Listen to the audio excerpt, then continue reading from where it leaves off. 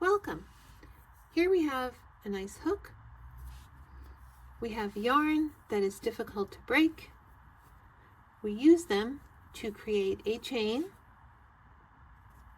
to put together a garland of little shapes that different people in town have made for our yarn bombing. How do we do it? Well, the first thing is we want to make sure that we start with a yarn that is difficult to break.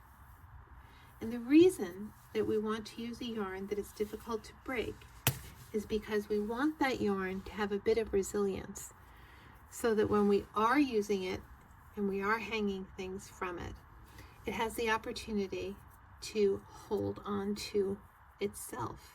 In other words, we don't want to use a yarn that is going to break easily, because it will. And if it does, then you'll have little squares all over the town common. So what we're going to do is we're going to start with a simple chain.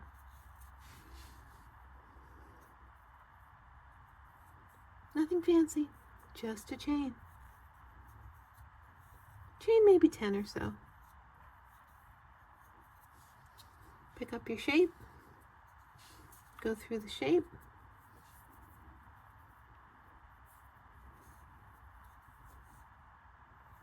Yarn over, go through 2.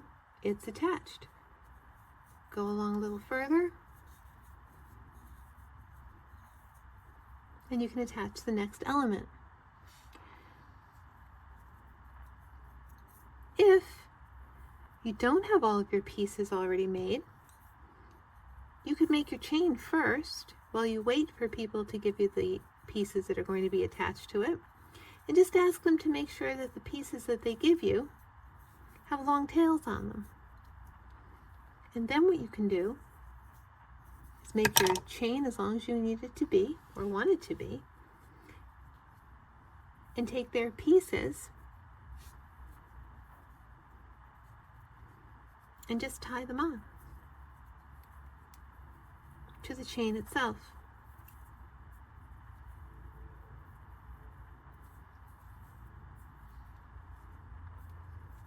They'll stay in place pretty well.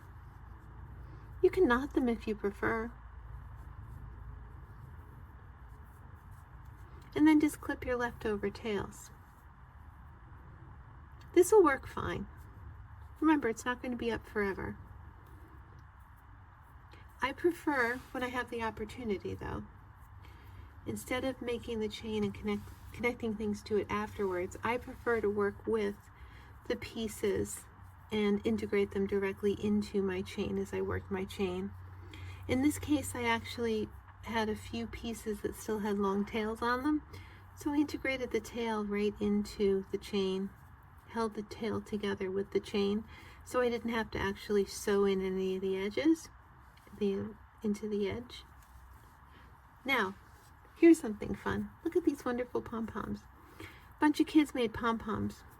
So we have these fun pom-poms. I asked them if they wanted to make pom-poms, to please leave a nice long string on them. And what I do with the pom-poms is I have the pom-pom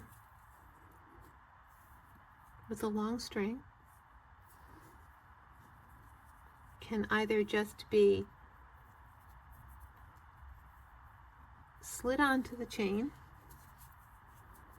and left there, or it can be tied on. You can knot it onto the chain like I did with the heart.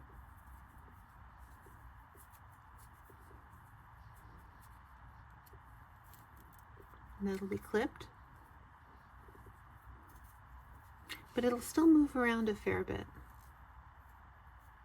Problem with trying to attach the pom-pom the same way as I did the smaller, lighter piece is that it will be inclined to move.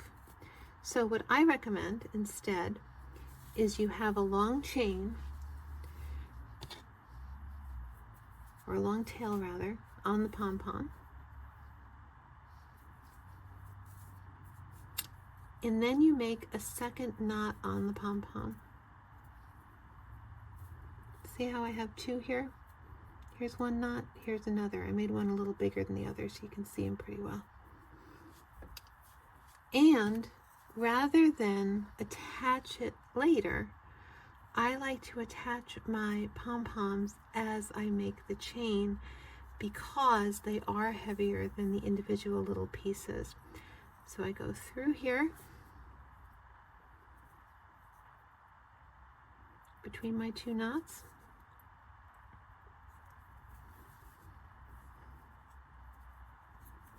So now I've got, this is the loop that I had made.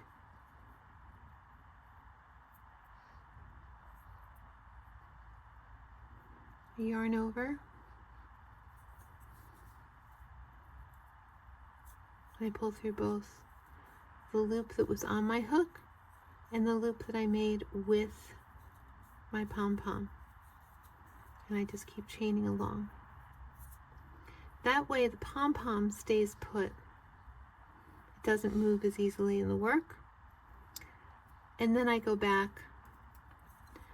I typically will take my ends and I'll make a little bow at the top of the pom-pom.